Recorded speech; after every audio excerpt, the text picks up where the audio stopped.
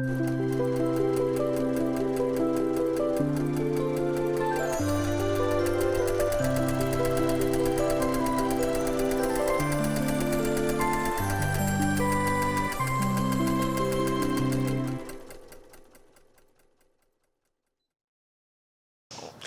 everyone, welcome to Weekend Project. I'm Laura Lynn of the Mama Pop Quilt Shop, and we're very happy to see you here today.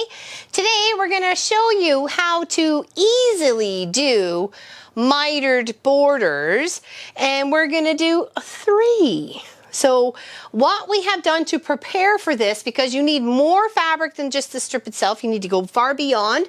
So it's best to just do a lot because you really want to make sure you have enough and not too little. So for this little, I think it was 29-inch project, which is this is leftover squares from a quilt project I recently put together. I put the width of fabrics of the black, the gray, and the white to be able to put this together, okay? So just to be able to kind of pop out the colors. I didn't want to add any other color. I thought these colors were just pretty enough as they were. The ombre kind of shades they go, and it can sit anywhere. It's a beautiful either tabletop or wall hanging, or even just as a little baby quilt or something like that. So, or whatever, wall hanging. I think I said that already. Whatever. So easy enough to do, okay? So what I have here, we've got 1 done. We need 3 more to go. So I have taken my width of fabric here, and I have found the center. And then from that, I have pinned it to where the center is of my wall hanging or quilt or whatever it is I happen to be working on. Okay, and of course, the thicker your border, the longer the strip you're going to need to make sure to accommodate for every single one you need to make sure your points are matching up correctly, okay? So I found the middle and then pinned it and sewed it and so on and so forth. So I've done 1 corner. Let's go finish off the second one. So what I'm going to do is go sew on the other side. And when you go to pin it, you'll see this is in the center. It's got lots on either side. Okay, either side of this project. It's got lots to work with here. I put a little pin about 1/4 of an inch, about 1/4 of an inch away of where I need to stop on both sides, okay? Oops, this one must have come out. Maybe that was the one that hit the floor. Whoops. The pin was there, the little holes are there, but you just can't see it. Okay, so starting and stopping about 1/4 of an inch away, because you're gonna need that for seam allowance to be able to make your point, to make that 45-degree angle, to make your mitered corner, okay? So here we go, let's sew, let's sew, let's sew, let's sew, sew, sew. What are we gonna do? I think we're gonna sew. Let's sew. We got all sorts of cameras for you today. We'll definitely be showing one of how to get this going. And sometimes when you do a little back stitch, which you have to do there, you do a little back stitch as you start and stop. Your machine either jumps ahead 1 stitch, so be careful you're not hitting your needle, especially if your needle is your placement of where it is you need to be stopping 1/4 inch away. Okay. Scoop this down. We want to make sure our edges of fabric are riding up against each other. Okay. And I pinned in the center first and then worked my way to the sides. This is just a completely different way of doing borders. It looks really good when you have a nice solid and you're trying to frame something out. See how I just stopped just before, just shy of my pin. Okay. So take that out. Take these ones out. We don't need them anymore. Okay. And then we're going to continue on with this one that I had here, which is going to overlap on these two here. Let's go move back to the table here. Okay, move back to the table. And we'll lay this one out flat. Okay. And of course, we know it's got that little seam allowance area right there. So we know. And then this one's going to come lay over on top. And if we don't cross over onto this other white strip, we should be just fine within our seam allowance. Okay, so we're just going to put a pin right there, right snuggy wuggy right there. Okay, just want to make sure the overhead camera was getting that and I was in the right position. We're still getting used to that. Hope everybody likes the overhead camera. That was Pop and Munchkin's idea. They've been trying to implement it for a couple years now. That's so stubborn.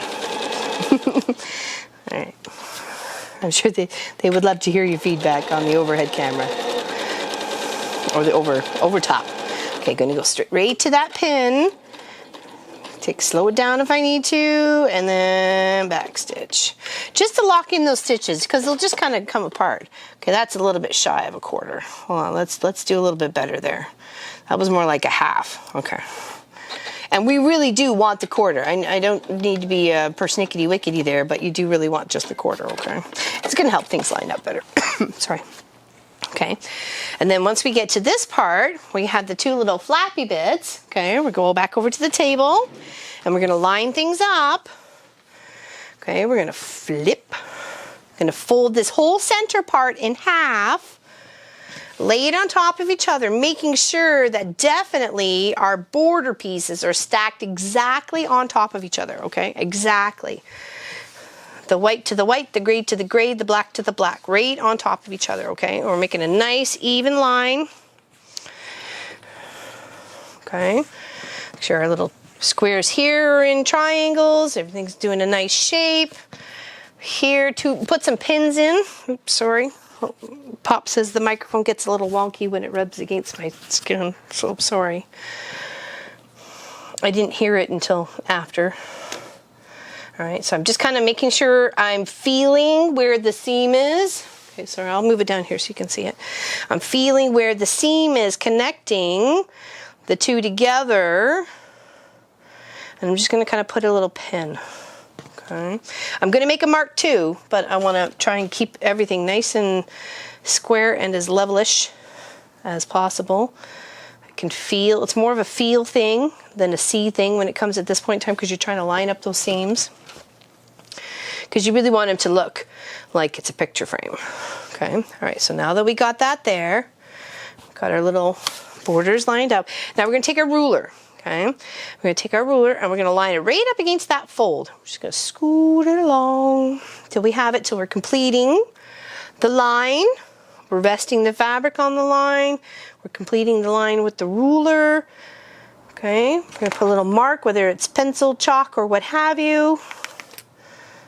Okay, oops, pulled that one out. And you can always check, depending on how you put your pins. Let's do this way. Switch it. And then you can always fold this back. And oh, it looks like it's lining up there pretty darn goody-woody. So there we go, okay? So let's sew on that line. And that should be miter corner number 2. We sew, we hope, okay? All right. And that's really how you plug your way around it. Now, when you start, you want to make sure you're starting not in the square fabric. You're just starting in your first border color, okay? So that would be white. So we're just going to do a little back stitch. 1. Follow that line that we made with our pencil all the way up. If we found it's wrong, we can redo it. We can pick it out. We're not going to cut anything yet until we know everything lines up. And the seam ripper is your best friend. I even made a song about it. So not to worry. Now we're gonna check this out now. We're gonna check it out. It's not bad. It's a little off up here, which I'm going to fix, okay? See? I'm gonna show this camera here. And I'm gonna show you how you can fix that. Even though it's just a smidgy, you may not see it, but it's just a little tiny smidgy widgy right there, okay? So which I'm gonna come back in here. I'm going to come down maybe about, I don't know, 1/3 of an inch, something like that. And I'm going to go past that seam about the same amount, pick those little threads out, reshift that seam so it stacks a little bit better on each other. Okay, see, now that we have a little bit of a hole, we can kind of wiggle it a bit better. Okay, there, that seems pretty good. Let's do a little...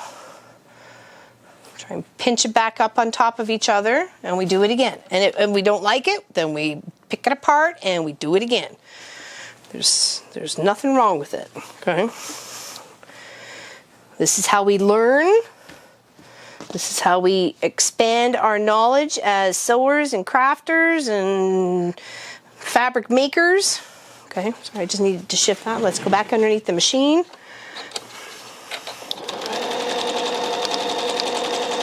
Okay, and now hopefully this time around it looks a little better.